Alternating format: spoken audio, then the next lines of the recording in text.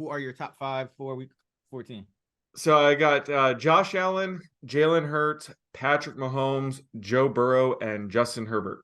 Yep, got the exact same order. Josh Allen back on top. So who you high on? I'm high on Jared Goff this week. He's my QB 12. At home against then. He's consensus 11. Oh, really? What do I care? Yeah, there actually weren't that many guys that I was super high on, but I am high on Jared Goff. I don't care about ECR.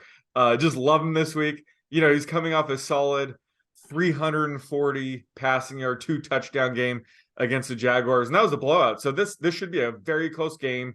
He's going to have his foot on the gas for all 4 quarters. I believe it's the highest total of the week as well. And this is actually the first time all season he actually has all 4 of his wide receivers healthy, including Jameson Williams. Now, I was a little disappointed Jameson didn't play much last week, but the Lions have been doing this with every receiver that comes back from an injury. They limit them, severely in their first game, and then, they're a full-time player next week. So we'll see what happens with Williams, but just having him as a vertical threat in this offense is huge for Goff. And plus, DeAndre Swift seems to be playing at 100% now. So that's just one more pass catcher at Goff's disposal right now. So yeah, he opens the week as a low-end QB1 for me. Yeah, I like Goff as well, but I just didn't cheat and pick a guy that was lower than consensus. But you know how consensus is early in the week. It's a good call. I think people have been sleeping on Goff most of the year. Remember, we loved him going into the year. Yeah. Like, yo, take this. He's like free in best ball. He'll probably start all year. There's pretty much no one that's going to take his job. And he has some good weapons. So just imagine if Jamal Williams didn't have 38 rushing touchdowns now. I mean, Jamal Williams did. Right. But I'm just saying Goff's ceiling is even higher. If he were to get, some of those, goal line scores to go his way. But either way, just this offense itself is so potent that, Goff, like you said, he was underrated heading into the season. For me, so I have a couple of guys. There's not too much deviation, honestly, between my rankings and consensus, but I'll just name a few. I have Kyler Murray, QB7. He's the QB9 in consensus, and that's just because, I always favor, mobile quarterbacks when it's close. And I think this New England defense going against some of the better quarterbacks in the league, it just hasn't looked as good. I mean, they had those 2, I think they play Zach Wilson twice.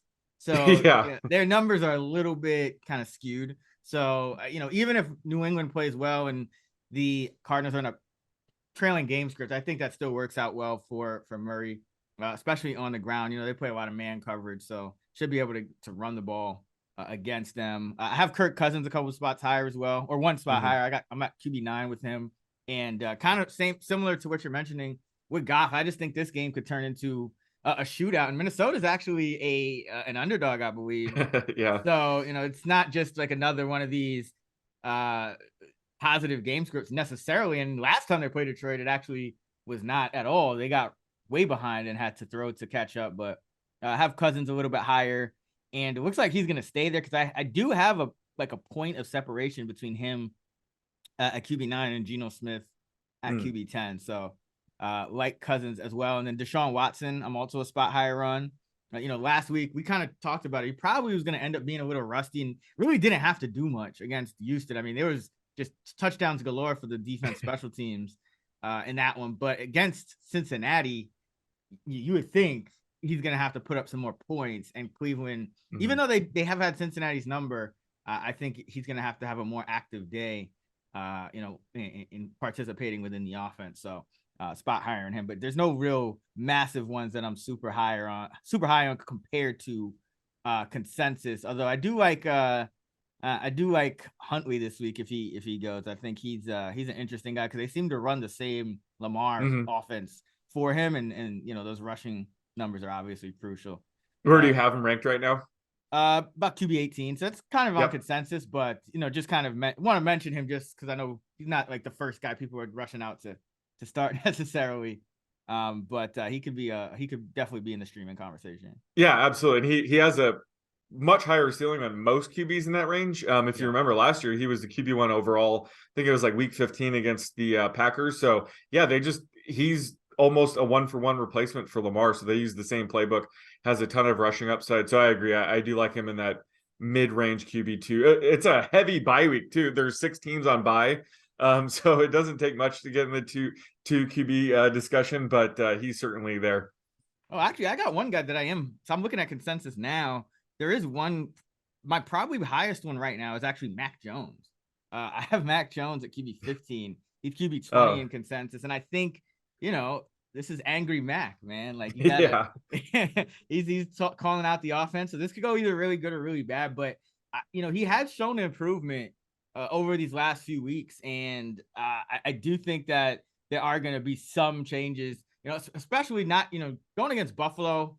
That was a hard matchup. They had a lot of guys returning, which ended up kind of tilting it. But this Arizona defense, just not quite there. So I think Mac, he's been playing better. His numbers have been better. And, whether they do more dink and dunk or not, I do think it's just going to be less resistance with this Cardinal defense. So Mac Jones is in my top 15 for now. All right, who you low on? So I'm low on Ryan Tannehill. Again, there's not too many big differences, but he's the one I noticed. I have him QB 22, ECR is QB 18. Again, there's only 26 starting quarterbacks this week, so he is a low end QB2 for me. And I'm guessing he's going to be without Treylon Burks this week due to the concussion protocol. If that ends up being the case, that's a pretty big blow for Tannehill. The Titans wide receiver depth is already thin as it is. So missing a player like Burks has a pretty big impact. And just in the 2-game sample size without Burks, Tannehill's average 155 passing yards, only threw for 1 touchdown those 2 games. So this is just likely going to be a very run-heavy Derrick Henry type of game this week against the Jaguars. So even in 2 QB superflex leagues, Tannehill is more of a low end QB2 for me. Again, despite having 6 teams on a bye this week. Yeah, he's, that touchdown catch by Burks was legendary. Oh, yeah. Unfortunately, he got hurt, but even like he squeezed the ball and like held on to it, and then apparently got like he was unconscious. I don't know if it was like, I don't know how that worked, but it was pretty crazy to watch. Hopefully he's okay. I am back low on Trevor Lawrence. It's kind of going up and down here, but he's my QB 16. He's QB 12 in ECR. And, this Titans defense, I think they're one of these defenses that, and I talk about this every week with Trevor Lawrence, is, it seems like it's this man coverage that really gives him a lot of problems. And, I thought with Detroit, because their defense just hadn't been great and it looked like a shootout, that it would be fine, but he really didn't play as well as you would expect, even, with the injury notwithstanding. So now he is a little banged up. Looks like he's going to play, but I think this could be a lower scoring game, first of all. And you kind of contrast it with last week where they were playing in a game with a total of about, over 50. And this one's going to be, in the low 40s. So a completely different type of game. So not a guy that I would be rushing to start this week. Yeah. And you said you had him QB 16. Yeah, QB 16. Yeah, I'm QB 14, but he'll probably be lower. Just, it's a left foot injury. So, last week he rushed for 32 yards. So if his mobility is limited anyway, that's just a huge blow to his fantasy value because, again, he just hasn't been consistent enough week to week to really be treated as a low end QB 1. So, yeah, I'm right there with you. Again, every time it seems like I'm ready to buy in on Trevor Lawrence, he disappoints me. So, especially with him banged up this week, he's more of a QB2 play this week. All right, let's go QB prop here, and I got to go Deshaun Watson. The disgusting game in week 1, but I mean in his first game, but he got it done on the scoreboard, obviously. So this week, having a hard time setting his passing yardage prop. I'm gonna go with 242.5.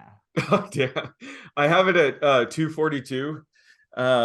But I was thinking you'd set it like 238.5. I'm gonna have to go with under. Okay. We knew that he would be rusty, but he was really rusty, so he might need a couple more games than I thought to really get in rhythm. So I think this week, they'll just lean on the run game, and that's a great line, but I'm gonna have to go with under here. Yeah, it's really tough for me because on one, obviously he was inefficient and it just didn't look great, but on the other hand, like I mentioned, I think what did they lose? 3 drives to scoring touchdowns, like their defense, special teams. Yeah. 3 touchdowns. Oh, no, I had he's the gonna have so many more 8 drives, and they could be with him trailing versus him winning. So it's just a really tough line to set because we don't have a lot of data on it. But Yeah, I'm thinking he ends up having to throw a significantly like a lot more than he did.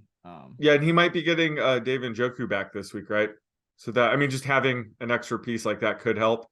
But yeah, he didn't have to do much. Again, I had the Texans +8, so it was just brutal to see Deshaun look that rusty, and they still, steamroll him. So yeah, I agree. I take your point. It should be a trailing game script. He should have to throw more, but again, man, he looks so bad. Yeah.